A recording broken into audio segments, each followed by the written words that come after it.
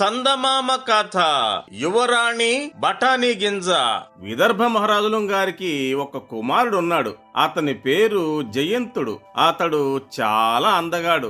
ఒక్క అందగాడు మాత్రమే కాదు, మంచి బలశాలి, పరాక్రమవంతుడు కూడాను. అతన్ని ఎరిగిన ప్రతి రాజకుమార్తెకు అతన్నే పెళ్లి చేసుకోవాలని కుతూహలంగా ఉండేది.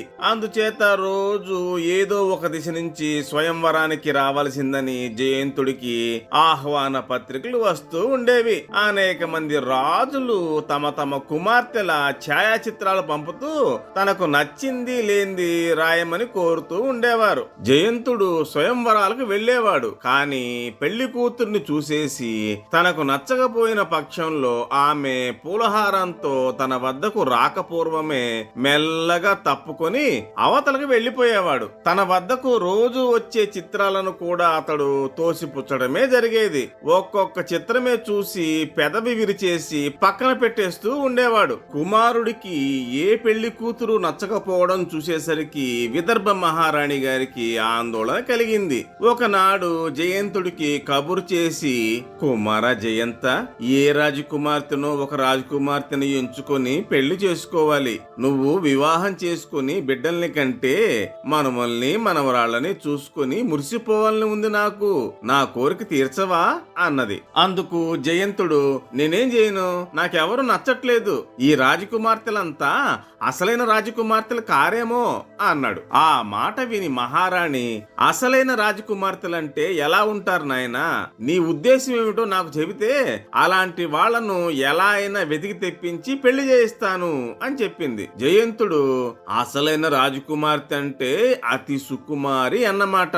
నేను చూసిన వాళ్ళంతా మోటు వాళ్లే గాని నాజుకైన వాళ్ళు కాదు అనేశాడు. అలా కొంతకాలం గడిచాక మహారాణి కాశీయాత్రకని సపరివారంగా బయలుదేరింది. తల్లికి సహాయంగా ఉంటాడని మహారాజా వారు జయంతుణ్ణి కూడా వెళ్ళమన్నారు. విదర్భ మహారాణి గారు, యువరాజు గారు తమ దేశానికి వేంచేస్తున్నారని తెలిసి కాశీరాణి వారికి స్వాగతం ఇచ్చి తన అంతఃపురంలోనే వాళ్ళకి బస ఏర్పాటు చేసింది. కాశీరాణికి ఒక చక్కని చుక్కలాంటి కుమార్తె ఉంది. ఆ బాల చెక్కిళ్లు గులాబీ రేకులకు మల్లె మృదువుగా మనోహరంగా ఉన్నాయి. ఆమె చేతులు కలువ కాడలకు మల్లె మెత్తగా ఉన్నాయి. ఆమె నడుస్తుంటే నడుస్తున్నట్టు కాకుండా మానస సరోవరంలో విహరించే రాజహంసలా కనపడేది. ఆ బాలను చూసి చూడడంతోనే విదర్భ మహారాణికి ఆ పిల్లను తన కోడలుగా చేసుకోవాలి అనిపించింది. జయంతుణ్ణి రహస్యంగా పిలిచి దూరాన కనపడుతున్న రాజకుమార్తెను చూపి, ఏమంటావ్ అని అడిగింది. అతడు ఆ పిల్ల అందాన్ని మెచ్చుకున్నాడు. కాని అసలైన రాజకుమార్తె అవునో కాదో మరి అన్నాడు. కాకపోవడం ఏంటి? అలాంటి పిల్ల మనం 1000 సంవత్సరాలు తపస్సు చేసినా లభించదు. ఇక సంశయించక ఈ పిల్లను వరించు అని విదర్భ మహారాణి కుమారుడికి నూరిపోసింది. అతడేదో చెప్పబోతుంటే ఆ మాట వినిపించుకోకుండానే కాశీరాణి వద్దకు వెళ్లి, వదినా, మీతో నాకు వియ్యం అందాలని ఉన్నది, మరి మీ ఉద్దేశం ఏమిటి అన్నది దాపరికం లేకుండా. అందుకు కాశీరాణి, అంతకంటే కావలసిందేమిటి?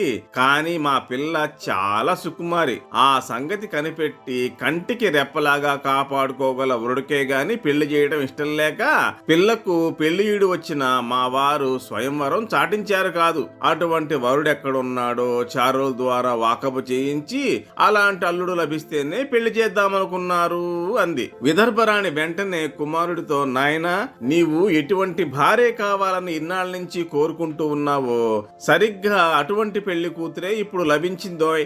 ఈమె చాలా సుకుమారట అంది. అప్పుడు జయంతు, మాటలకేమమ్మా, అంతా అలాగే చెబుతారు.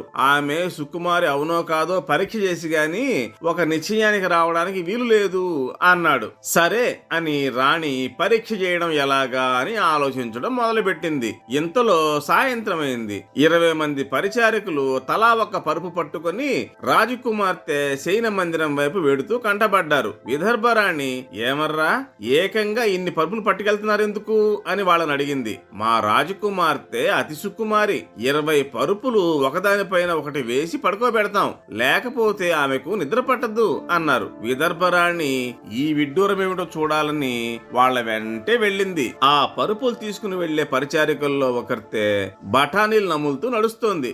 వాటిల్లో ఒక గింజ జారి కింద పడింది.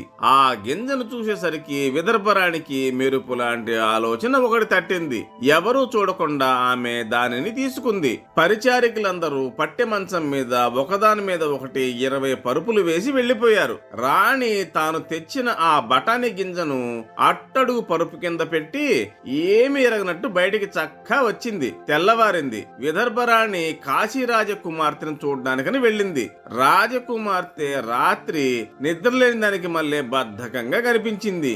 ఏమమ్మా అలా ఉన్నావు అని అడిగింది విదర్భరాణి. రాత్రి సరిగా నిద్ర పట్టలేదండి అంది ఆ అమ్మాయి. 20 పరుపుల దొంతర మీద పడుకున్న నిద్ర పట్టలేదా అని మళ్ళీ అడిగింది విదర్భరాణి. ఇంతలో కాశీరాణి ప్రవేశించి, నౌకర్లు ఏ పని సరిగ్గా చెయ్యరు, మంచం మీద బఠానీ గింజ ఉంటే చూసుకోకుండానే పరుపులు వేసి వెళ్లిపోయారు సోమరి వాళ్ళు. పాపం ఆ బఠానీ గింజ మూలాన నా చిట్టి తల్లికి రాత్రంతా నిద్ర పట్టింది కాదు అంటూ ఆ బఠానీ గింజ తీసి చూపించింది. విదర్భరాణి జయంతుడి వద్దకు పరిగెత్తుకుంటూ వెళ్లి సంగతంతా చెప్పేసరికి అతడు ఎగిరి గంతేసి సంబంధం నిశ్చయం చేయమన్నాడు. మర్నాడే మంచి ముహూర్తం ఉండడం వల్ల ఆ సుకుమారికి జయంతుడికి అతి వైభవంగా వివాహం జరిగిపోయింది.